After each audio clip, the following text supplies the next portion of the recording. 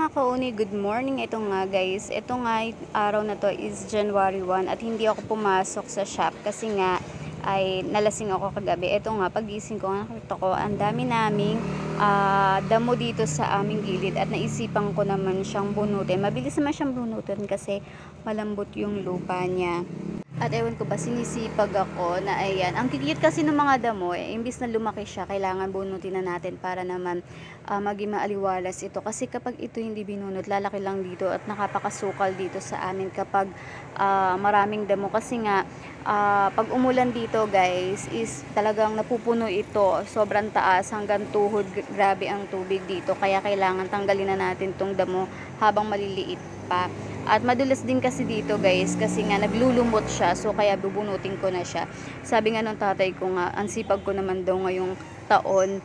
So syempre ganito talaga minsan lang kasi ako makapag-day off at gusto ko rin talagang gumawa sa bahay kapag ganitong wala akong pasok. Pero ano lang naman to, mild lang. So kasi nga nagkakape ako at nakita ko nga lang din talaga na may mga damo dito at bubunutin ko nga ako kasi sabi ko mabilis naman siyang bunutin dahil nga malambot yung lupa. So ayan, ito nga pala is hindi na sa amin tong lupa na to kasi ang lupa namin is dito sa kabila, pero ito kasi ginagamit din namin to kasi may mga aso, may mga alaga kaming aso dito at dyan sila nakalagay. So ayan, para naman hindi sila matabunan pag lumaki tong mga damo na to. So ayan nga, at ako ay inaantok pa nga kasi nga may hangover pa ako niyan. Pero masarap naman siyang magbunot kasi nga magaan lang siya. So ayan, after nga nito guys is magbe-breakfast muna ako. Kaya inuna ko lang talaga siya kasi nga ang cute-cute ni, ang liliit. Akala ko nga damong Maria siya. So baka kako po pwede itong itanim. Hindi naman daw pala, damo lang pala talaga ito.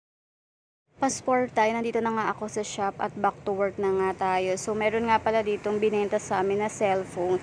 Ayan, lalagyan ko lang siya ng tempered at i-display na natin to kasi nga guys, naubos yung mga stock namin ng mga second hand na cellphone. Ito nga pala guys, lalagyan ko pala siya muna ng tempered para hindi siya mabasag kapag din-display natin. So sa paglalagay ng tempered guys, kailangan lang guys is malinis talaga yung cellphone nyo. At itong gagamitin ko namang tempered is clear lang, kaya mabilis siyang didikit sa ating cellphone. Hindi katulad ng mga matte tempered na talaga namang nagbabubbles agad kapag nilalagay mo. So ito hindi. Kapag malinis mo nilinis yung cellphone at ilagay mo lang siya dito sa tempered glass natin, ay kusa siyang didikit. Papakita ko sa inyo guys. Kasi ito mabilis dumikit tong mga clear tempered na ganito.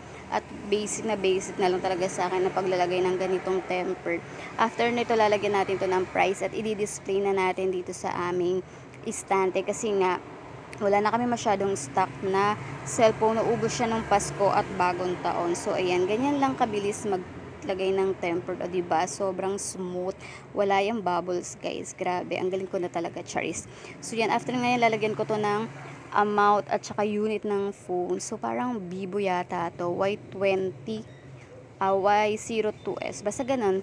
Ayan, nakalimutan ko na kung ano bang unit ng cellphone to, basta Vivo ito. So ang ilalagay kong price dito ay 27 daw, sabi ng boss ko. So di ba mababa na to guys, at bagong Vivo rin naman to kahit papano. So para to sa mga bata nag-aaral, mga estudyante, or mga gusto matutong mag cellphone ng Android. Ayan, pwede nyo na itong bilhin guys kasi sa murang halaga meron ka ng Android phone. Yun lang guys, thank you for watching.